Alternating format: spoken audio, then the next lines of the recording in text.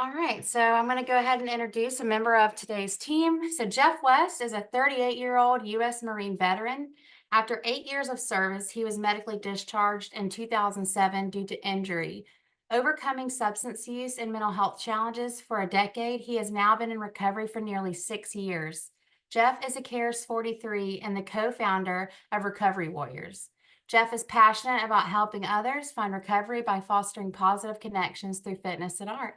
And all right, Jeff, I'm going to turn it over to you and your team now. All right, thank you so much, Haley. Just a show of hands, can everybody hear me okay? All right, all I need. Thank you again. It is such an honor to be here to be able to present something that I'm very passionate about and the rest of the team is passionate about. So what I'm going to do is I'm going to share my screen and then we'll get into some introductions.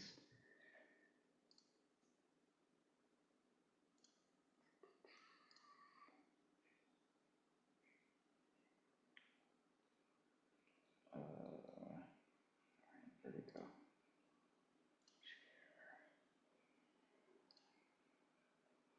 Boom. All right. Can everybody see that? Yeah. Jeff, it looks like you got the presenter's view up on the screen, but we can keep it there if you'd like. All right,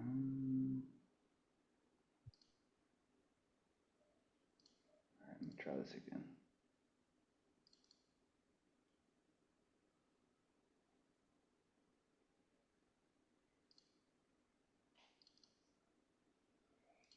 There we go. We're good to go. All right, let me, oh, this is moving too fast. All right. Can you still see the presenter view? Okay. Nope, you're good. Awesome. Let me figure out this thing is all in the way.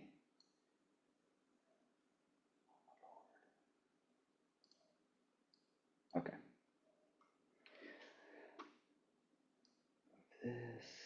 Okay. All right. So like Haley said, this is our presentation, and today it's Beyond Sobriety, Our Journey to Wellness. Before we get started, I wanted to play this quick little video.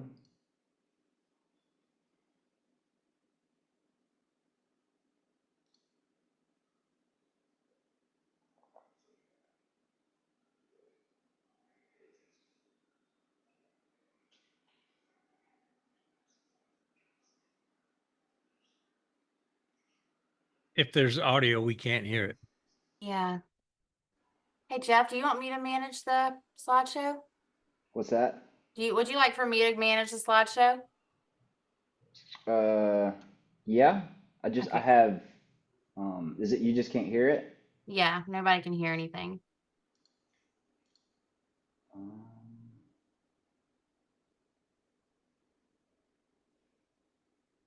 Okay. Yeah, you can manage it. Okay. I'll end.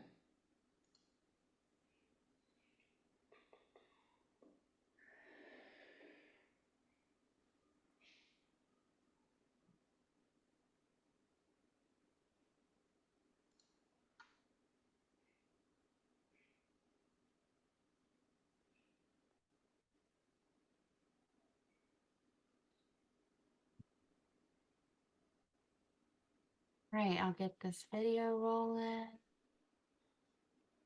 So let's get to it. Can y'all hear my audio? Yes. Yes, ma'am. Awesome. Yes, ma'am. All right. Persevere. Nothing worthwhile is easy.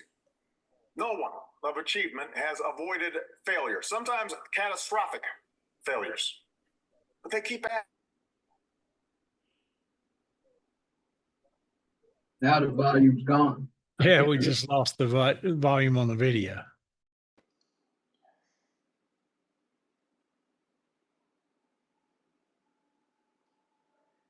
I think you need to stay unmuted, Haley. You can come out defeated, giving up on your dreams, Now it's back. Come out with a new passion, a new fire, excited about the new opportunities in front of you. Don't just go through it, grow through it. That difficulty is an opportunity to get stronger, to develop character, to gain new confidence. That pain is not there to stop you. It's there to prepare you, to increase you, to develop you.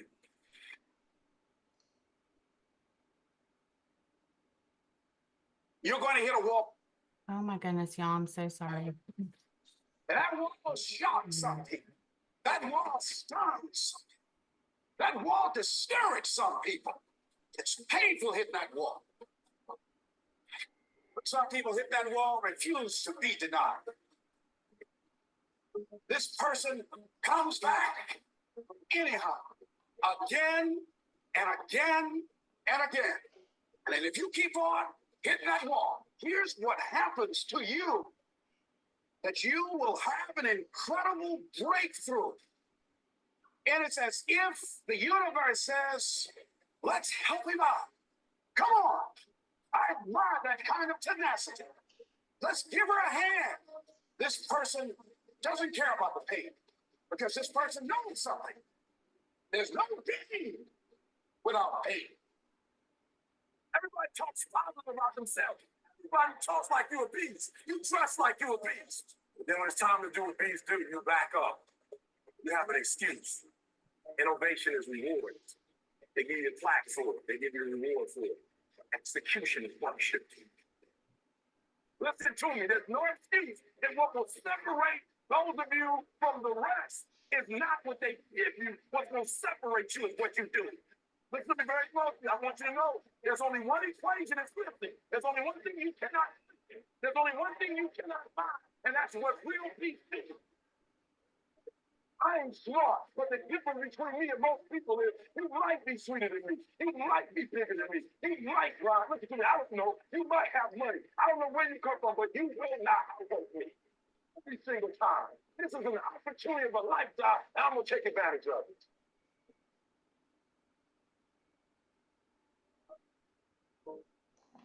Thank you, Haley. Gotta love technical difficulties. Gotta love it. All right. Moving on, I'm gonna introduce the president and co-founder, Wesley Martin, and he's gonna share a little bit about how he got involved with Recovery Warriors and why he's passionate about fitness and art. Hey everybody, my name's Wesley. I am a person in long-term recovery for 14 years now, and my recovery has done so much for me. It's given me a beautiful family, and it's really just given me a life that I really didn't think I could have after crystal meth, heroin, ecstasy, that party lifestyle. And I'm just so grateful to be here. I'm so grateful to really, I'm watching my vision and dream come forward right here as we speak. I'll give a little more about the history of Recovery Warriors in just a little while. But it just means a lot to me. I've got Jeff and Dooley and Sarah. We're all like-minded people have come together. And like I said, the universe really has just kind of brought us together, and this dream and this vision that we've all kind of had separately is now coming together as a team. And I'm really excited to be here, and thank you. Awesome. Thanks, Coach. So my name is Jeff West. I'm also a person in long-term recovery, going on 6 years now. And I got involved with Recovery Warriors when it's funny kind of how it started. I went through the Potter's House back in 2018 when I graduated, and Wesley was actually coming there, and he was teaching group fitness classes at the time. And I remember seeing him come and do that class, and it kind of got me fired up. But at that time, I didn't really connect with him until many years later when I met him at a CARES Connect, and we reconnected. And no pun intended there, but yeah, so we reconnected, and I told him about this vision that I had about, it's like, one of the biggest barriers to people exercising or moving is financial barriers. And most of your like coach driven gyms, at least here in Athens, like CrossFit or Fit Body Boot Camp or a lot of your yoga studios, is $150 to $200 a month with a contract. If it's not a contract, it's actually over $200. And for a lot of people coming into early recovery, I know for myself, I had a really difficult time paying for something like that. And, I could go to Crunch or Anytime and pay $9.99 or $29.99 a month, but I also just didn't have that direction, or I wasn't sure of where to start in the gym. So having that coach-led class was important. And, I went through CrossFit, I did Fit Body Boot Camp, I did yoga, and I just loved that community of working out around other people and kind of sharing in that goal of wanting to improve myself. And so I got with Wesley, and I wanted to create this community that he had already been doing at some scale and providing these services in the community for free so that we could get people moving, and that would be at least one less barrier for people to get moving. And that's also why I'm very passionate about fitness and the creative side of things.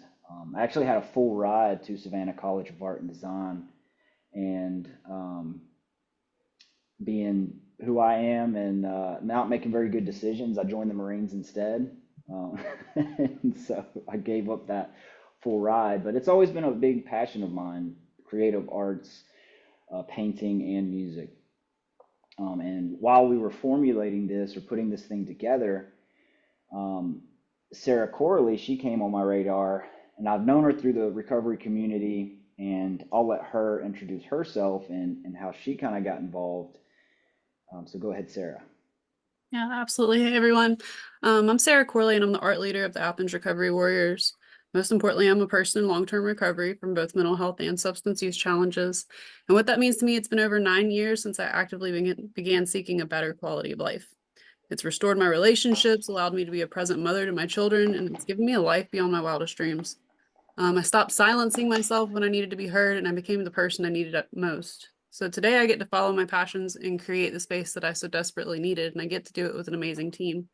When I came in contact, I'd known them, but I didn't really know them. And I was in a place in my life where I was still seeking something that I didn't have. I could fill the voids a little bit, but my recovery just wasn't its fullest. It wasn't everything I needed. So in meeting them, we had like this shared vision, because fitness and art have always been like my pathways to recovery, to sit there and have a conversation with somebody else who had the same thing. I was like, okay, maybe this is actually a thing, and it's gone on from there. And what I can say in the past year since we came together and started working on this, like my recovery has just amplified. Like I have a life that's worth living, and it's sustainable.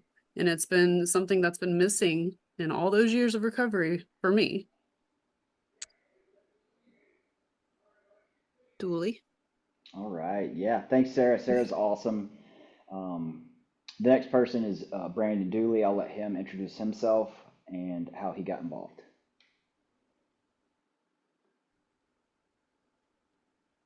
Sorry.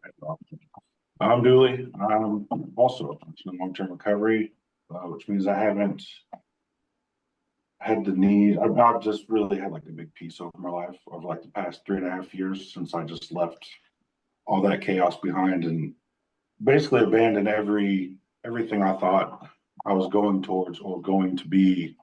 I left it back there.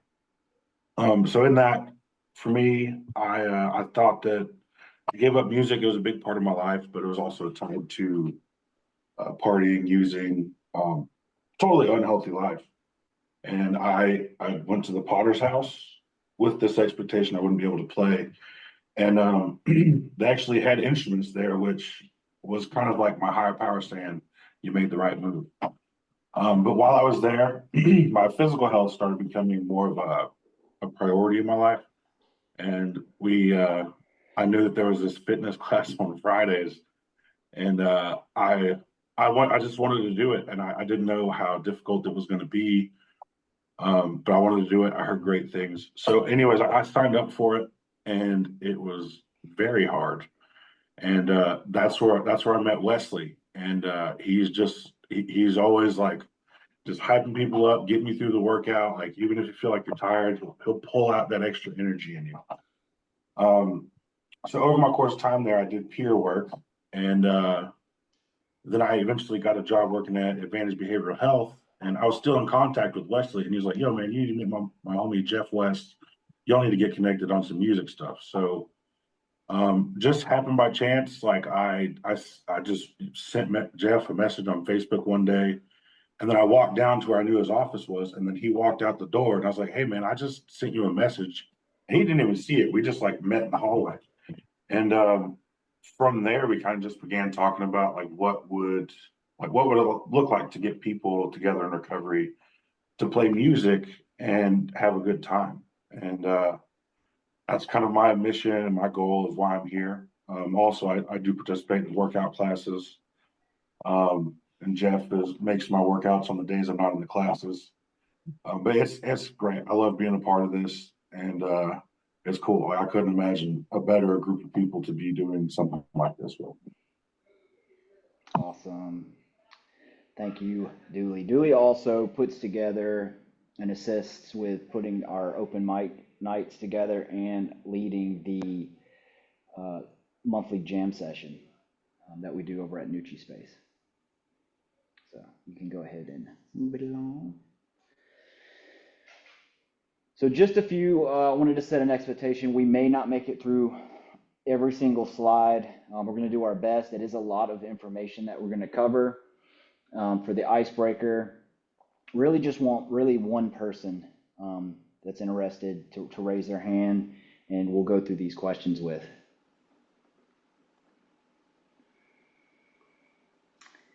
Tough crowd. Tough crowd. There you go, Amanda Ryder. And here they come. Yep, takes a minute. All right, Amanda. So what are your fitness or creative goals? My fitness is, I think it's to be more than fit than what I was, and I am now. I don't know exactly what you mean by fit wise, like mental or physical or both. Could be both, yeah. Mental is to help more people than what I do now. Physical is, I guess, I mean, mine is I've lost a lot of weight, so mine is to gain more weight and make it more athletic, like I used to be. Yeah. All right. Awesome. And how would you feel when you accomplish that goal? I'll feel 10 times better because I feel like a walking skeleton right now, considering I have thyroid issues and it's a very big fight for me. Yeah. So I feel like I'm back to my normal than I used to be. Okay. Awesome. And is there any barriers you've had that stopped you from achieving working towards that goal? My thyroid, it's working against me. It's overworking to the point where every time I gain 5 pounds, I lose 10 pounds. So I'm actually working on that with medical wise, trying to take medicine, but I really don't believe in medicine. I believe everything you can do it naturally because it naturally worked. I can naturally make it start working again. Yeah. There you go. That's awesome. And you kind of stated why that's important to you. So, and that's awesome. And that's these kind of questions are when I see people out in the community, I kind of ask these questions to kind of get them open up a little bit more and help them work towards accomplishing those goals, right? In more of a holistic way. I wish we had more time to take more on, but we go ahead and move forward. Haiti. Awesome. All right, so our learning objectives is understanding why your wellness is especially important in recovery, how physical activity actually supports long-term recovery, and the healing benefits of creative expression and its role in our program. And we're also going to learn about how music is transformational on the emotional and mental health, and then what's actually happening in the brain during these activities, and then, of course, why community supports wellness. Go ahead and move it.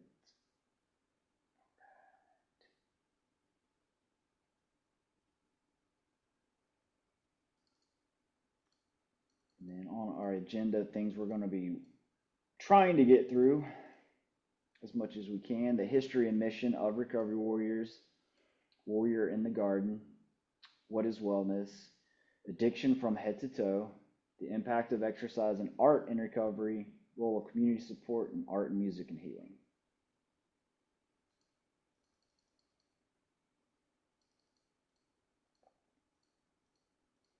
And really, at the end of the day, what I hope that everyone takes away from this, and what the team hopes you take away with this, is kind of looking at yourself in a holistic way, that, moving beyond recovery, that wellness is so much more, right? It's so much more than focusing on the symptoms of addiction or our recovery and moving forward in that. It's about looking at ourselves as a whole and working on each domain of our life and our health, and working towards improving that, right? Nurturing all aspects of oneself, and that you can take tips and these tools that we're going to give and education pieces that you learn here, that you can take out into your community and actually help other people, create wellness plans or create your own wellness plans, that you can utilize moving forward.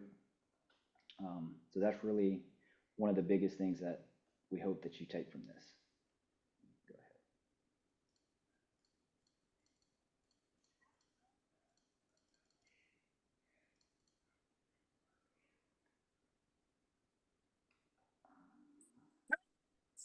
What is your profession?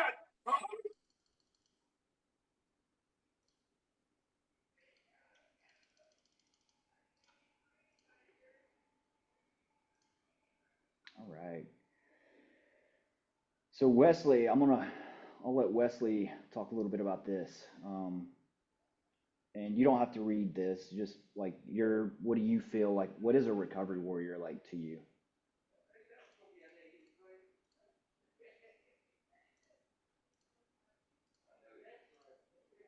Can you hear me? Yeah. Everybody froze for a second. So where are we at? What is a recovery warrior? What does that mean to you? Okay, for me, so recovery warrior, I mean, we're all warriors in recovery, and everyone has their own kind of strength and what that looks like. But it's definitely someone who lifts someone up, someone who's always prepared for battle. And battle for us is usually that mental battle we have. And we'll talk about cravings and things later. Someone who's encouraging, I love that, loving despite their backgrounds. Someone who embodies strength and resilience. Someone who definitely advocates and helps break that stigma.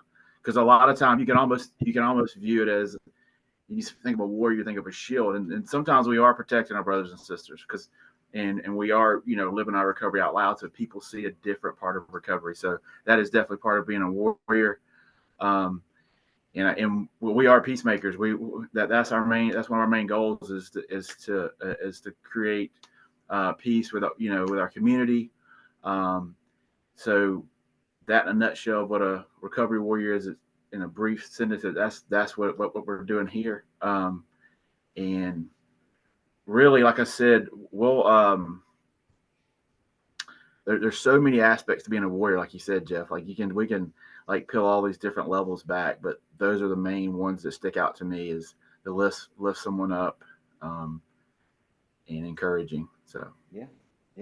And everybody can kind of look at that list, and I think everybody that works in this industry and everybody that's in recovery who's fighting that fight, are all recovery warriors. What Wesley said, because that's what we do. We help people.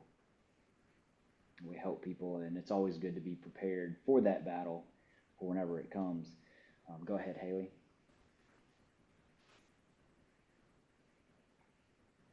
Warrior!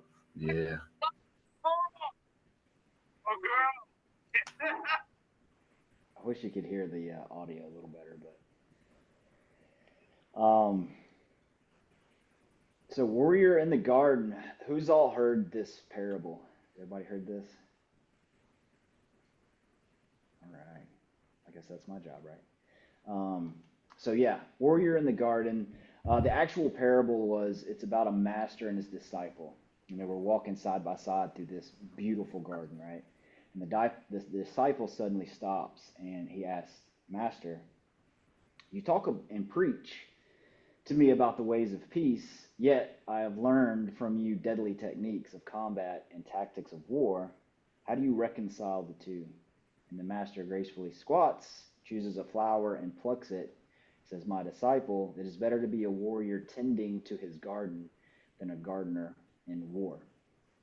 And what I love about this is it doesn't all have to be this big, war, like you're always fighting something, and everybody can have their own perspective. And I would love to hear from just a few people what their perspective is. But essentially, I'll explain it a little bit. The phrase warrior in the garden refers to this idea of being prepared for those battles, but you're choosing to live that life of peace. So you have that ability to do what you need to do to survive, but you're also choosing a life of balance and serenity. It highlights the importance of being capable with handling challenges and just kind of like being prepared, right? Not waiting for that next thing to happen, but you're preparing yourself. So that's why like we work out so that we're fighting against that disease that may come, right? And then it's also a piece of self-control where you're emphasizing the value of that readiness, self-control. A warrior can defend and protect if necessary, but prefers to cultivate a life of peace, right? Like I am prepared to, if I need to, protect my family, in one sense of it, if I need to. But I'm going to choose, instead of violence, I'm going to choose that peace and that tranquility over that. And then how that really applies to life is, and recovery is, it encourages us to build our strength physically, mentally, and emotionally so that, we can handle life's battles, but to also prioritize peace, mindfulness, and growth. So just from maybe one person, just for the sake of time, I'd like to hear your perspective on what that means or how that resonated with you.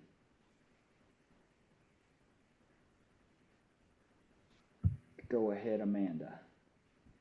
I think my warrior is all this. Whenever I got recovery, first introduced to recovery, was all my setbacks. To know that everybody don't get it the first time. To know that to build compassionate understanding and ethics that everybody is different and everybody's journey is different than mine. To show them and illustrate my path that I took and the ways that it worked with me, to let them choose their own path and their own decision through that. Yeah, that's beautiful. Yeah, I love it. All right, one more. We'll go Michael. L. Yes. Hey, Yeah, we got Okay. two Michaels. Which Michael?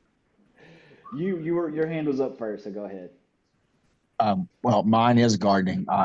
I've been blessed in recovery now, going on 11 years, to own my own first home. And so it was a blank slate. And so Yeah, that gardening and hiking and things like that nature, that's me, I'd much rather be the outside of the house is perfect. The inside needs a little work. yeah, that's awesome. Yeah. Good It'll stuff. be a year in July 27th, and it's beyond what I ever thought I would have. It's such That's a awesome. blessing. Yeah. That's awesome, man. Proud of you. All right, Moss, real quick. Just gonna say, I feel like what that means to what it means to be comfortable in the darkness and the grim determination of the battle of life. What we choose to go to that nurturing and healing side through these arts and fitness and the community aspect that comes along with it. Good stuff. Love it. All right, Coach go Jeff, ahead. Yes. I'd like to add something to this too. Yes. Is like Yes. Go ahead. Go ahead. for the warrior in the garden, what it means to me, and like when we talked about this story. So for me, Uh-oh,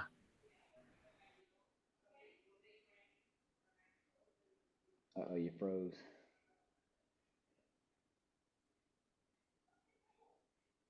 It's always during the good stuff, like right at the good part, it freezes. over, and I started going back into certain environments that I had to go back into. Maybe it's a wedding with alcohol.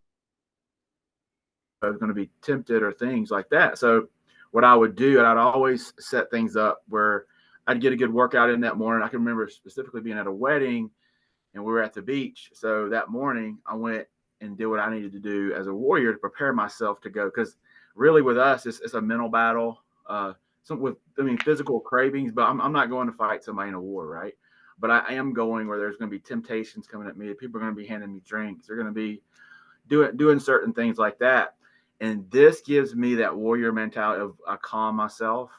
I'm calm and confident walking into social settings because I've built myself up as a warrior that can go into these situations and handle them. So that's really what a warrior in the garden is for me, like daily, is being calm and confident, knowing I've done the work and set myself up.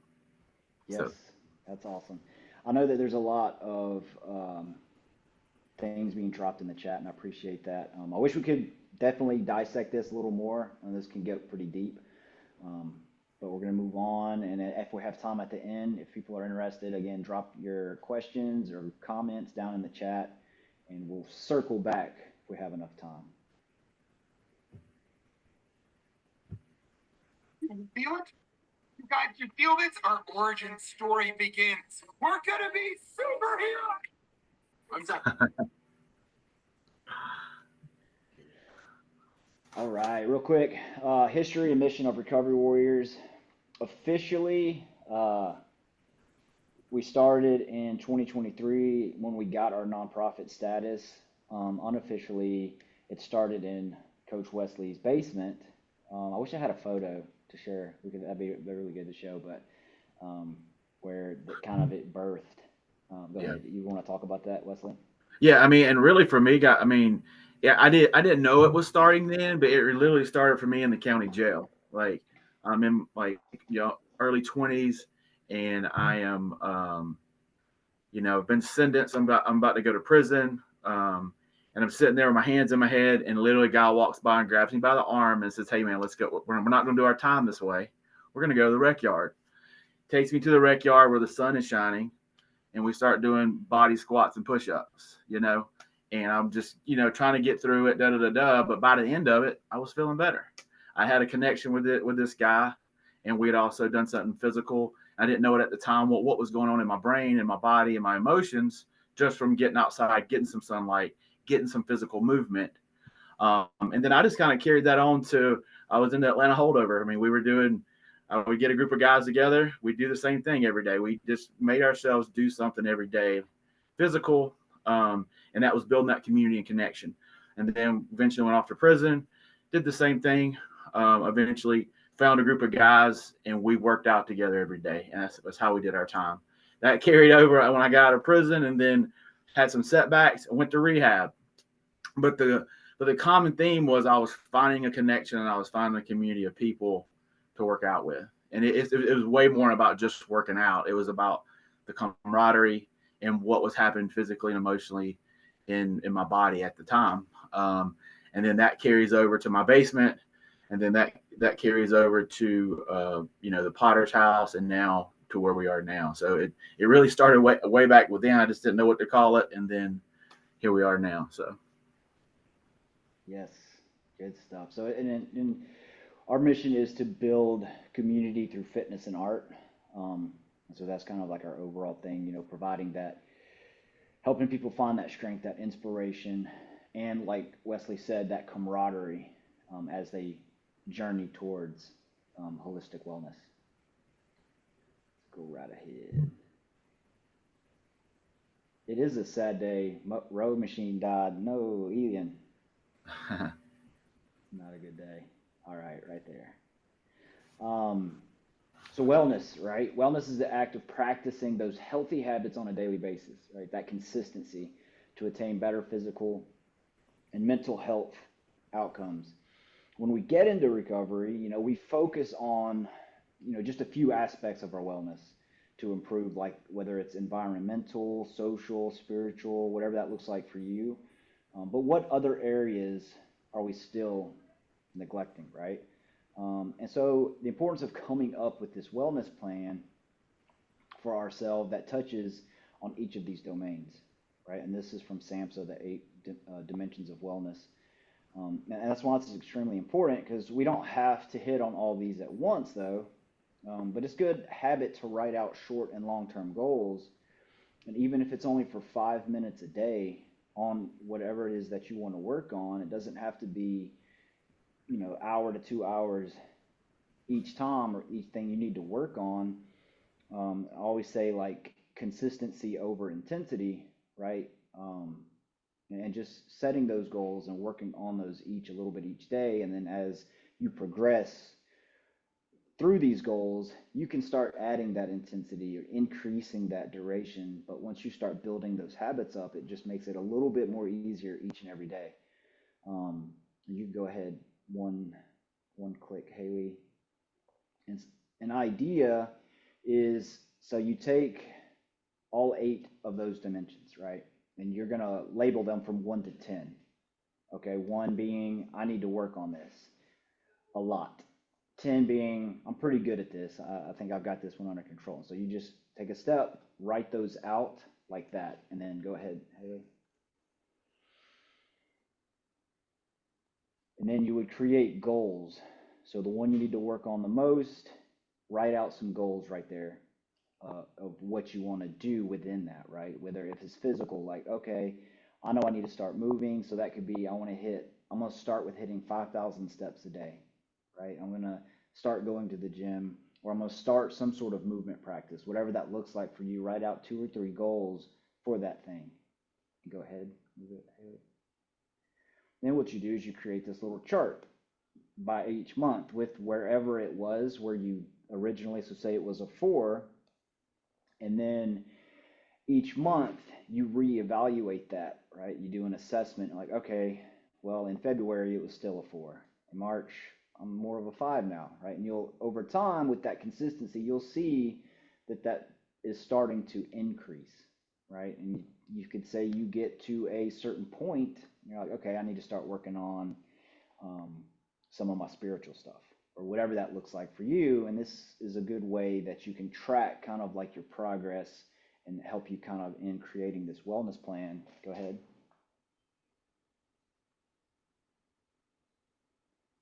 And then after a few months, you do just another reevaluation, and then you kind of list them out again.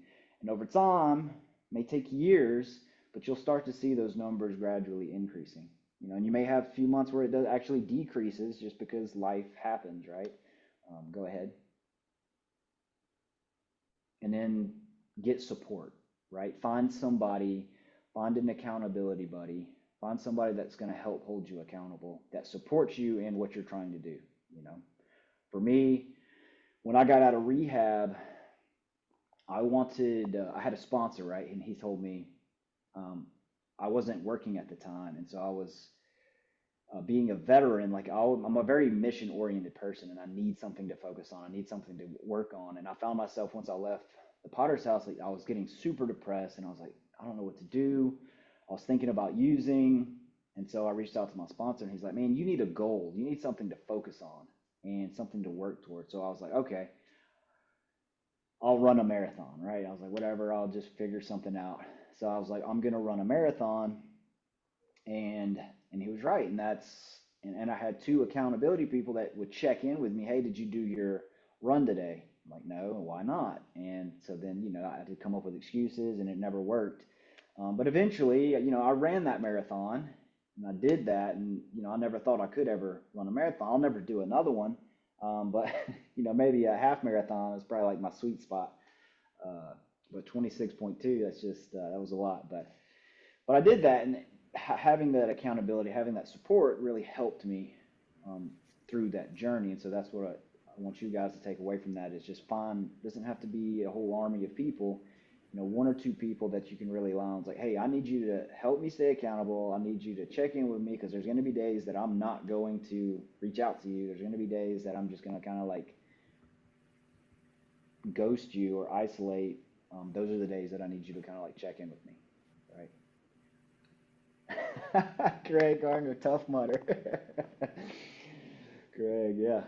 Greg was a beast. He didn't complain one time on that Tough Mudder. Man, super proud of that, man. Move on. And then this here is very similar to how you're going to handle with those things, right? So mental wellness is a 2. These are how I'm going to increase those. These are some of my goals to help increase that number.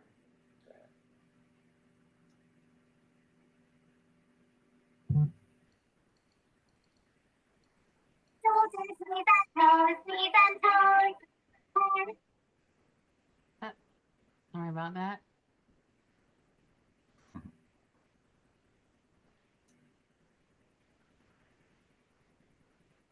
All right.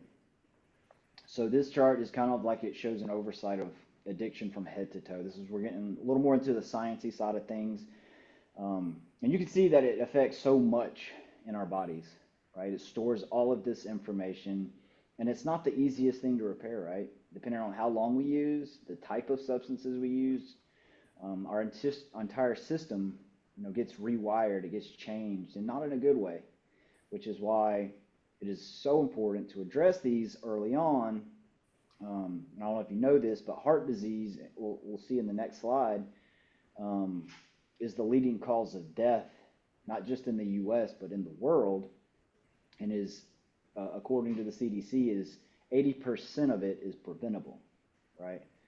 And for most, depending again on the frequency and the duration, it can take up to 2 years for the body to somewhat heal from all of the stuff that we put in our bodies, and sometimes much, much longer. But with depending on the type and the substance used, like some aspects of our health never really fully recovers, again, depending on that duration and frequency. But generally around that 2-year mark, people, for the most part, begin that healing, and they're on a pretty good path to healing. But other areas of our body get neglected. And then, of course, with these positive, healthy lifestyles, we can help actually speed up that recovery process and help other areas of the body so that have been neglected for so long due to addiction, right? And we'll talk more about that in the next slide.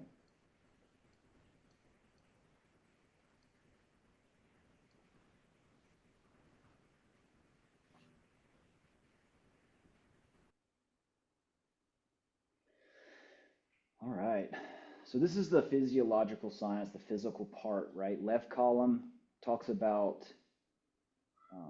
yes, Timothy, we will, at the end of it, we will shoot over all of the slides, or Haley will, when you get your certificate and all that stuff. So left side, this is what's happening in the brain during addiction and even into early recovery, right? And then this on the right side is kind of like what happens in the brain while you're exercising. And it's kind of like a comparison, right? For example, when we're using drugs, when we're using alcohol, whatever it is we're doing, it causes cravings and dependence, right? Due to that dopamine dysregulation, right? On the other side, when we're exercising and how that can heal that, it releases those natural endorphins in our body, which actually regulate mood, and it reduces cravings, right? And we won't go through all of these just for the sake of time, but again, same thing with cortisol, which we all know is that stress hormone. When you work out or when you exercise, even when you create, it lowers those stress hormone levels. And again, you'll have a copy of this that you can kind of read through. Go ahead, Haley.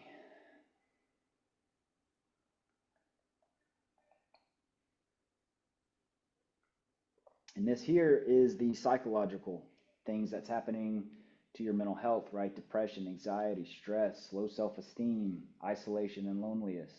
Loneliness is what happens during addiction. And then when you're working out, again, with the endorphins, it actually helps with anxiety relief. It reduces stress. It enhances that self-esteem because when you achieve something, it just makes you feel better. And that oxytocin, especially like when you're around people, when you're working out with people and you do it as a team, your body produces that oxytocin, which it helps with the combat that isolation, right? And reduces loneliness.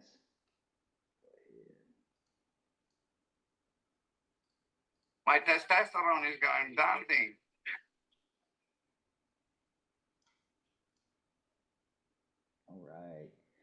So this one's really important, especially when it comes to opioid impact on testosterone and estrogen. As you can see, like 76% of males and 64% of females, this impacts that sexual dysfunction, right? And long-term opioid use, opioid users.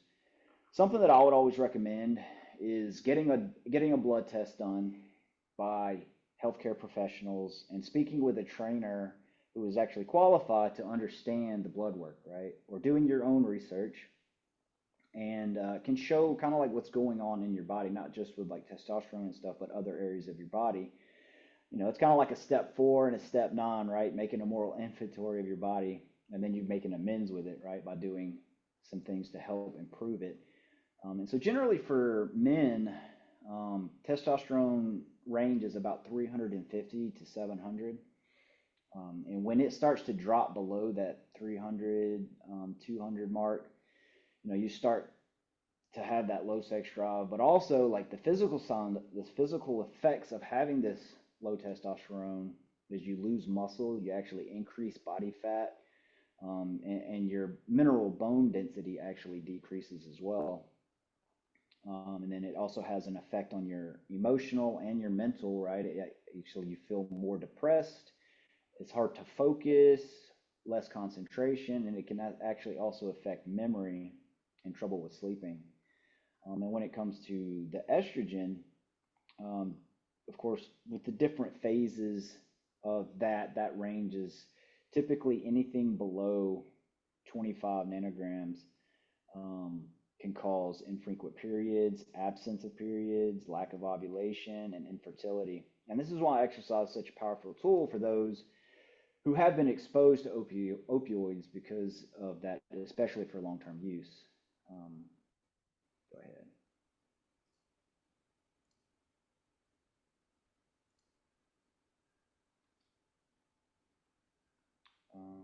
You can go ahead and just move. It's no secret that exercise is good for you.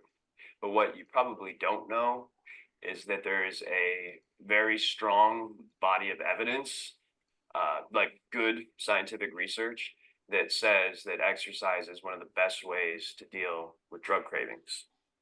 So in this next video, you're going to hear from Dr. John Rady of Harvard University, the world's foremost authority on exercise in the brain and all-around thought leader, discuss how physical activity and exercise can help you to overcome addiction and cravings.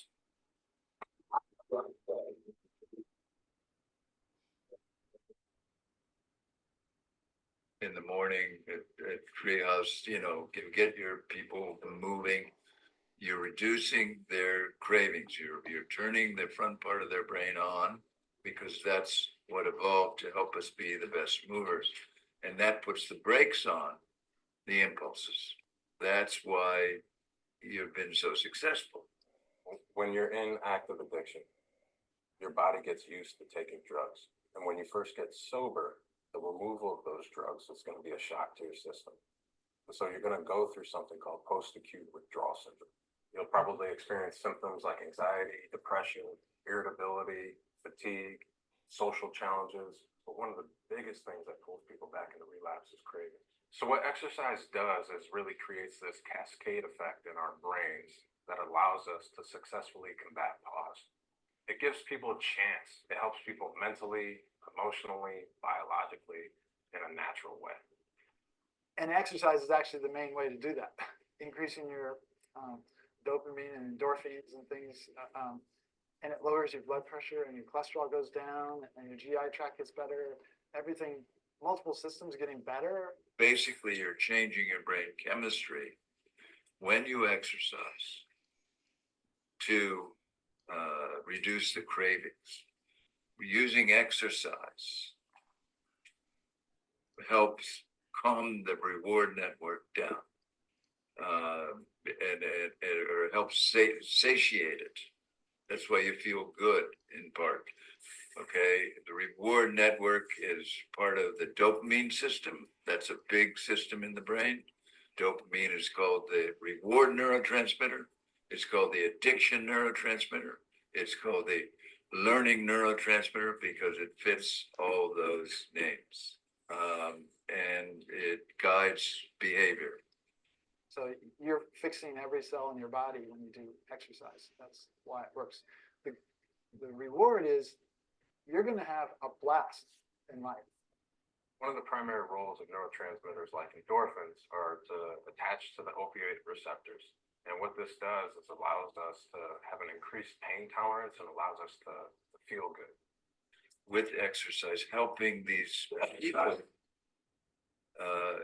save themselves from the cravings, because there's a million other things that are involved, including oxytocin, including endorphins, including endocannabinoids, including serotonin, all these different chemicals. So what we're really doing with exercise is giving people an ability to create the necessary chemical changes in their brain to experience a new life. So oxytocin is the bonding and connection neurotransmitter, and it promotes things like relaxation, trust, and pro-social behaviors. Oxytocin in active addiction is really at a deficit.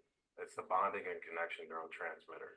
And when it's at a deficit, you're going to have the tendency to isolate. When you isolate, it's going to exacerbate the cycle of relapse. And so what we're really trying to do with raising oxytocin is to allow people to feel connected and actually become connected. Because feeling connected is a basic fundamental human need. Doing something naturally means it's sustainable and we can keep doing it throughout our lifespan. Go for a run. Go for, lift weights, go to yoga. All that has an effect on the pumping up dopamine, if you want to make it simple. And it's probably useful to think it fairly simply because it works. Yeah, good stuff. If you ever get a chance, check out Treehouse Recovery. They have a lot of resources, a lot of information. But they're 100% right. And one thing is that I've learned is there's actually a lot of different treatment facilities around the country who are actually prescribing exercise as a treatment methodology of substance use disorder. And then there's places like Fit to Recover, the Recovery Gym. What's the other one, Wesley? The Phoenix, Live Strong. What's the other one? SOAR, the School of Addiction Recovery. They're all exercise-based fitness programs that are really, really, really effective. Yeah, and that's what that explanation, the story I told earlier, that's kind of what was happening to me when I was going in. I knew I had to go into a situation or just a social event that normally people don't have anxiety about. You know what I mean? But I was preparing myself for that through some of the things they talked about there. So yeah, good stuff. All right, we'll briefly go through this. This kind of stuff fires me up. So I don't know if anybody's familiar with FGF21. It's a pretty cool hormone that our body naturally produces that actually studies have been shown that actually reduce alcohol cravings. And they kind of did this study where they gave it to rats, right? They injected this hormone into rats after giving them actually alcohol, and it showed that 50% of them actually reduced their alcohol consumption, right? And there's more studies coming out where it's actually being used to treat help treat type 2 diabetes, metabolic issues. So there's a lot of new information coming out about this, but essentially FGF is a key metabolic regulator. And what does metabolic mean, right? It simply just refers to the body's ability to convert food into energy. It also helps support growth and cellular function. And so at its basis level, it's basically a hormone that helps our bodies create energy and use it more efficiently. And it also helps protect against inflammation and supports your liver and your cardiovascular health. And all this to say how this can actually help reduce not just alcohol cravings, but other cravings in the body, because it does influence that part of the brain, the hypothalamus, which is responsible for hunger and thirst. right? Or the nucleus accumbens, which is the reward part of the brain, and how it affects it by the dopamine signal. It kind of interrupts that dopamine signaling process. And then it also affects the amygdala by reducing anxiety and stress. And then lastly, but the prefrontal cortex, which is responsible for decision making, that impulse control, and that executive function. So there's a lot of information about FGF21. There's a lot of studies still going on about this. I thought this was pretty neat. And the cool thing is that it's released during like your most like vigorous intensity type of exercises, right? Which is like 75 to 90% of your max effort. So something that you do intensely, running sprints, sled drags for extended period of time, boxing, kickboxing, anything that's like super intense that gets you basically to the point where you can't really hold a conversation, right? You'll know you're at that point if you try to say your ABCs, like you're like and you have to kind of take a breath, like you're kind of at that 75 to 90% max of your effort. It's also been shown to reduce blood pressure, which makes sense, right? Because you're improving your heart, which is increasing its ability to pump blood more effectively throughout the body efficiently. And again, like I said, it's being explored for treating metabolic disorders like obesity and type 2 diabetes and non-alcoholic fatty liver disease. I thought that was pretty cool. Again, you can look that up if you're more familiar, if you're interested in learning more about that. Go ahead, Haley.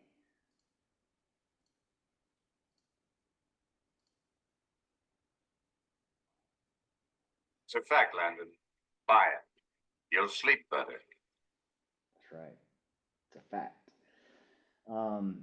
This I could probably do a whole webinar on, but we'll keep it brief. So BDNF is a brain-derived neurotropic factor, which at its basic component is crucial for promoting neuronal growth, synaptic plasticity, and cognitive function, right? And it helps regulate those emotions. And I kind of did a comparison right here with exercise. This is what's going on throughout the body. And so you can see like what's happening with physical activity, how that's triggered. Same thing with creative arts, like how both of these things can actually increase this. Same thing with aerobic versus anaerobic, frequency and duration, how long you should do it and how much of it you should do.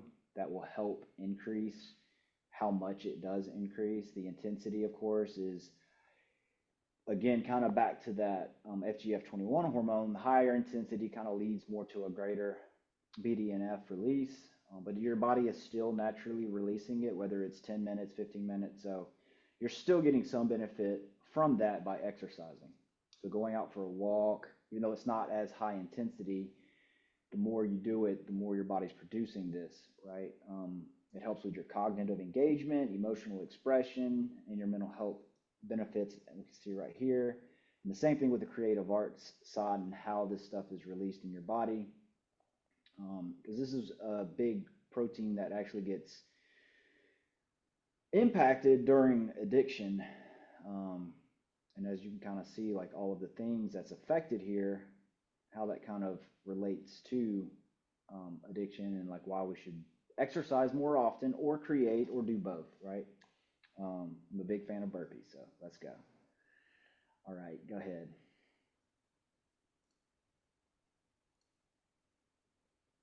So briefly, nutrition, cardiovascular disease are about 90%, 80 to 90% preventable, according to the CDC, with healthy lifestyle changes, better diet, exercise, avoiding tobacco, et cetera, et cetera.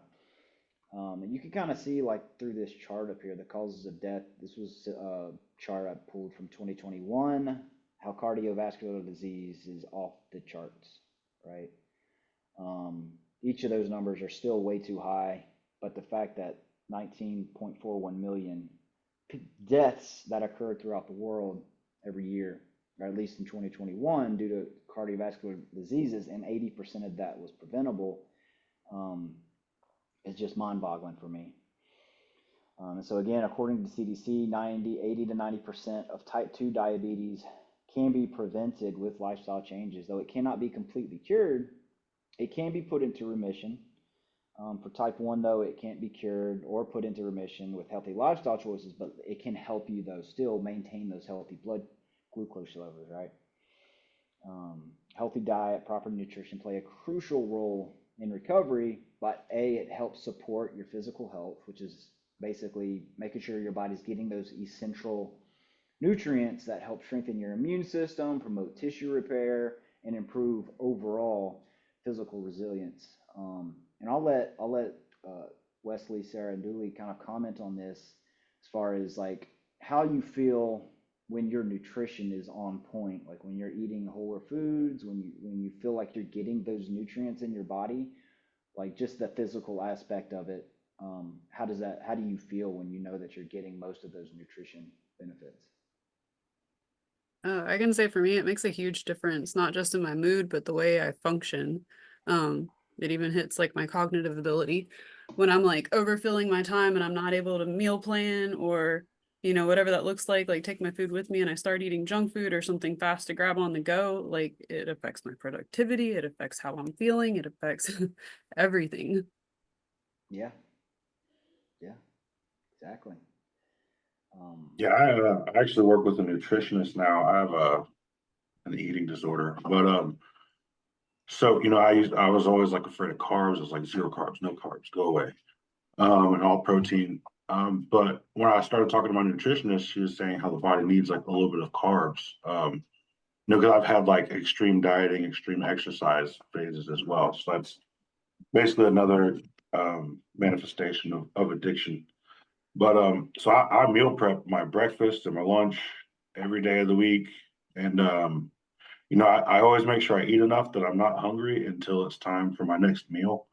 Because I know for me, like if I get hungry and I don't have something ready to eat, like I'm definitely going to go off the rails as far as eating whatever I can grab and eat. So making sure I have the right stuff in my body to keep me fueled up, it keeps me from, you know, going other places.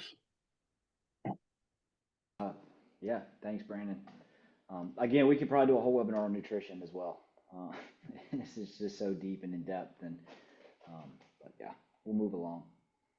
And again, if you have questions at the end or just comments, we'll definitely leave it open.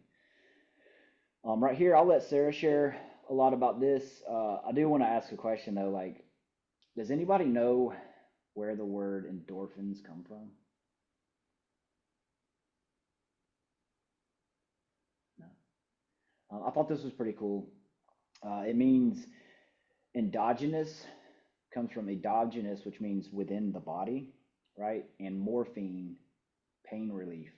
I thought that was pretty cool that that's our body's natural way of handling pain, right? Like our body's producing basically morphine in our body that also helps basically bring our bodies back to that homeostasis, right? We live so long in a state of addiction, and whatever that looked like for us, however long or short, our endocrine system gets messed up, right? Our whole homeostasis gets thrown out of whack.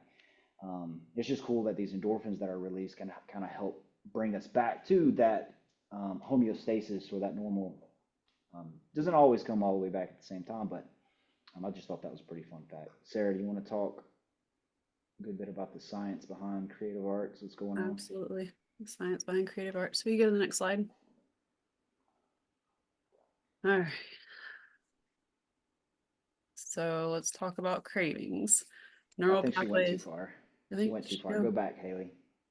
There you go. There we go. Okay, the science behind creative arts. You're going to find a lot of this is very reflective to what happens with fitness. The dopamine and serotonin release, the neuroplasticity, the oxytocin production. Mindfulness and flow is one that's really a factor in creative arts, because for me, when I'm creating, then I start getting into that flow. I have to be really mindful. I'm more cognizant of what I'm feeling, what's going into that. And it's a way for me to express what I'm feeling internally without really being able to verbalize it. Reduce cortisol levels, anti-inflammatory effects, emotional expression, and enhance self-esteem. Like when I look at my artwork and I'm like, oh, I did that. It's pretty much a booster. You can go to the next slide.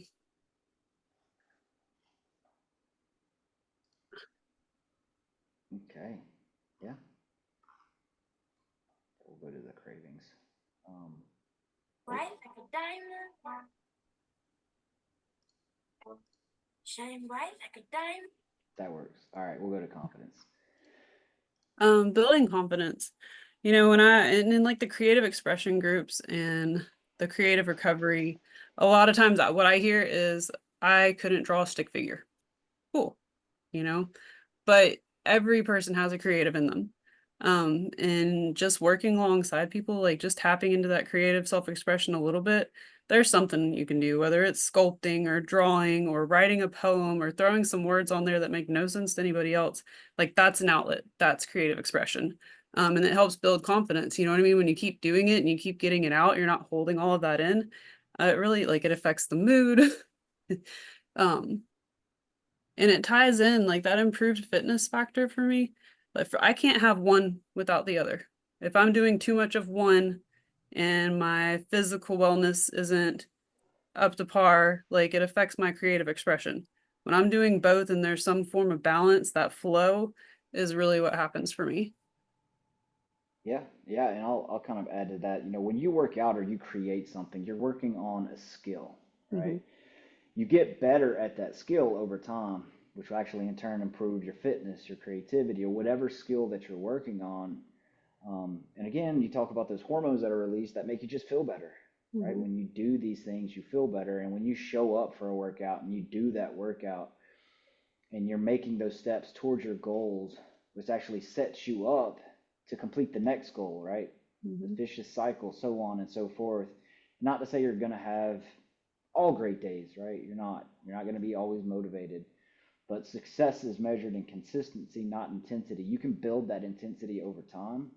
So things that I recommend is just work on that craft each and every day, no matter if it's for a minute or 30 seconds, whatever it is, just start working on that craft each day. And then as you continue building that consistency, then you're going to build on something and accomplishing goals. And that was in turn going to help improve your self-efficacy and belief in yourself that I can do the next thing. I can complete the next thing, right? When I did that marathon, I started out with running. I could barely run a quarter mile without stopping, right? Like I would like run and I couldn't complete that. And then just to think like over 6 months, I ran 26.2, and I did that not by trying to run 26.2 out of the gate, you know. I did that by slowly building up each week. I would increase it by a quarter mile and then a mile and then 2 miles and then 3 miles. And then each week I was able to get it up to a certain point that prepared me for accomplishing that goal. And there's just no greater feeling. If you've ever like set out to do something and you completed that goal, that feeling of accomplishment. And I find that's extremely important, especially in recovery. All of the neglect that we put ourselves through and all of that isolation. And I think confidence, especially for me, it was one of the lowest points of me when I got into recovery. Like I wasn't confident that I could, like everything was like a chore. Like when I got into recovery, I got my first job in recovery working in the field, and I got fired from that job. And so like even more so that my confidence got knocked down 3 or 4 rungs. And at that point, I was like, man, I don't know how to build this confidence back up. And just making those small steps each and every day, you know, that one step at a time, right? It's not just a saying, like you do that each and every day. And over time, you're going to accomplish a goal. It's going to build that confidence. And I find that's just extremely important, especially in early recovery. That's going to help into long-term recovery. Yeah. Yeah. I know we're getting close to our 10 minutes to the hour, so we'll try to push through a little more. What's the next slide? I can share a real life experience actually with that whole just those little goals. Like just this past week, it's been a really tough week and I hit like a low, and I can create, and I was sitting there creating, but I couldn't push past that. So I reached out to accountability and text Jeff, and I was like, I'm going to the gym. By the time I got back from the gym, I came back and I made so much art, and then I went to sleep, and like I woke up and everything was back right, you know, after about 3 days of battling with it. But it releases all the right chemicals in this perfect chemistry combination that puts my brain back where it needs to be. The power of community. And that's exactly it. Building that community of people who not only understand, but can also hold us, you know, when we're really struggling to hold ourselves. think there's a video. I don't, how long is this one? We're not. We're gonna just go ahead. She's Okay. gonna go to 29, slide 29. I've got something to add to the community part is, so I always had problems working out. I go from working out 5 days a week to like not going to the gym at all. And so now I go 2 days a week, but I go 2 days a week every week. And we have our group workout on Tuesdays, which is like I don't ever like probably like 75% of the time I don't even want to wake up and go because it's at 6 a.m.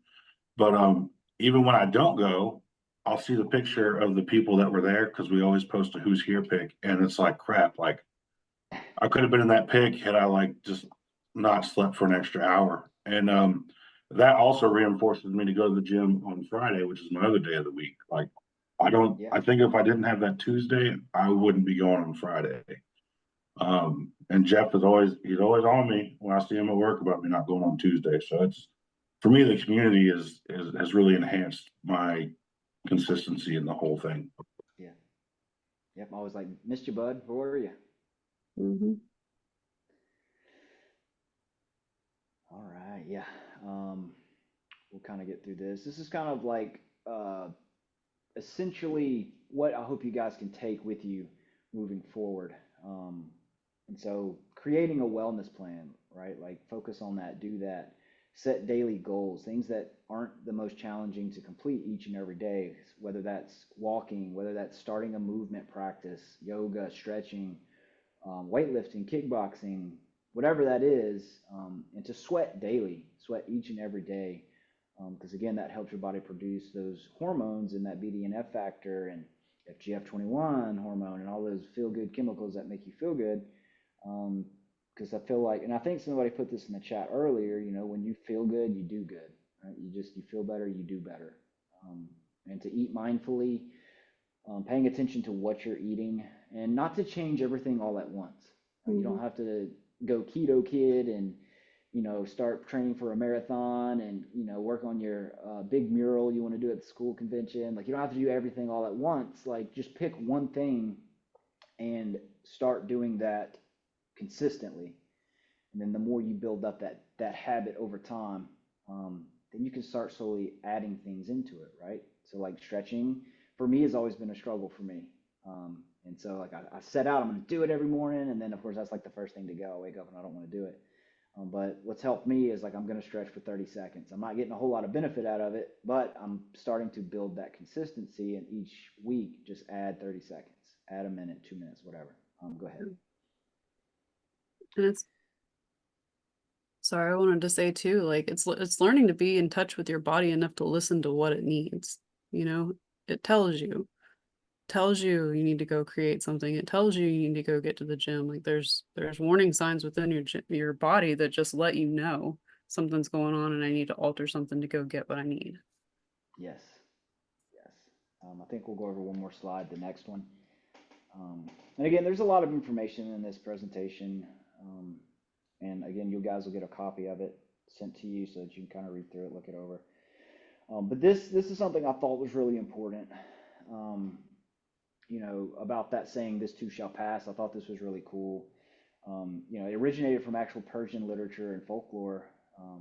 It's known as the Persian fable. A powerful king and his wise men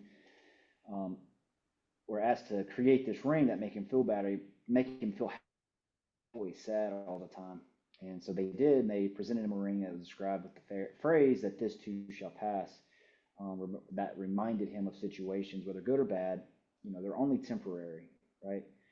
And I want, like, you can take this with you as well. This pass routine is great for cravings, triggers, and you're stuck in a situation where, you may not be able to make it to a meeting or you're kind of stuck where you can't call somebody or whatever. You can use this pass routine and you could change it up. Basically pick 3 things physical that you can do, modify it however you need to modify it.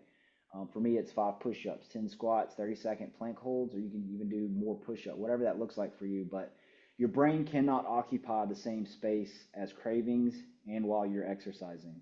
It just can't physically occupy it at the same time. It may come back afterwards, but at least during that time, your body's releasing those hormones and it's actively fighting against those cravings, those triggers, those depressive feelings that you may be feeling, and it actively fights against that stuff. And then when you get done, those effects last longer, right? So the more intense that you can do it, the longer effects that last. But yeah, I wanted to leave that with you guys, that you can take with you. How many plank holds? As many as it takes, right? As many as it takes. You can do burpees. 5, 10, 15. Yeah, you do 5 push-ups, 10 squats, 30-second plank holds. You just sit there for 30 seconds. And then you just kind of mindfully check in with your body. Like, how do I feel right now? Nope, I'm not ready. 5 more push-ups, 10 squats, plank holds. Or whatever that looks like for you. Something that you can easily do that doesn't require a lot of equipment, right?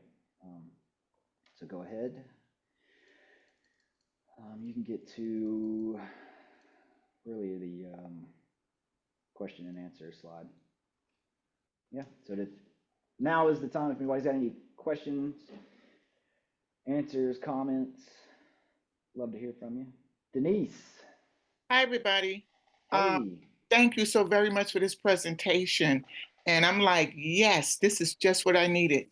So September would make about a year that I joined the Y. And when you talk about the community, yeah, I mean, I love the group of people that I work out with. Some of them are old, some of them are young. You know, we develop this camaraderie. Those are my tribes, you know. That's right. Today I was at the gym and I was working out at the gym and I got this communication saying, okay, the webinar will start at 11:30. And I was like, oh my God, I forgot I registered for the webinar. And I did my class, half of it, and I hopped in my car and I drove here so quickly so that I could be a part of here. And everything that I heard is just so true for me. You know, I started this and how it makes me feel. You know, it's just amazing. And I just wanted to thank you guys so very much. Thank you. Yeah, thanks, Denise. I'm proud of you for keeping with it. That's awesome. Sandra. Grateful afternoon. Oh yeah, I just wanted to also say to you guys, thank you. This was my confirmation. I was chatting with Brandon, and I started a company about 2 years ago that's music related and recovery related. So this was like when I saw this webinar being offered, I was like, this was my confirmation that I'm not the only. You know, you think that, wait a minute, is this a crazy idea? But it is just such a wonderful thing to put that together as part of my recovery, in addition to, like Sarah was saying, with her artistic, mine is music. And when I go to the gym and I'm listening to some music or whatever, before I know it, I've been in there like an hour. So for me, music and working out like goes hand in hand. And I never would have thought. I live right down the street from LA Fitness. I've been living there for 4 years. Never even, I rode by it very fast. Now I've been going to it for almost a year, and I can't imagine not going there for about, at least 3 days a week. I'm just so grateful. And I wouldn't have been able to, never thought about it. But when I wanted to continue healing in my recovery, I said, what else can I do to make myself feel good? And it makes me feel so good. I'm not losing that much weight, but it's all right. I feel better. That's it. Thank you, guys. I thank you guys for giving this. Yes, thank you. You're awesome. Go ahead, Susie. Hey, my name is Susie. I'm in long-term recovery. I have a question. I've been struggling with the whole exercise thing, for a while now. I started off in early recovery, like my earlier recovery, doing pretty good at exercise. I would go walking with a friend, like almost every other day. And then we kind of separated paths, and I didn't have anybody to really do it with me. So I went and I got a gym membership, and that lasted for a little while. I was really good. I was going to the gym, I was doing good. And then I just kind of lost motivation to go, and I lost interest in going. I have a hard time doing it without someone with me, I think is the problem. I get lonely, and it just gets to where I just don't want to do it anymore. And I ended up holding on to a gym membership that I didn't even use for over a year, so I canceled it. Um, and now, the biggest problem I have now with exercise is the pain that I go through.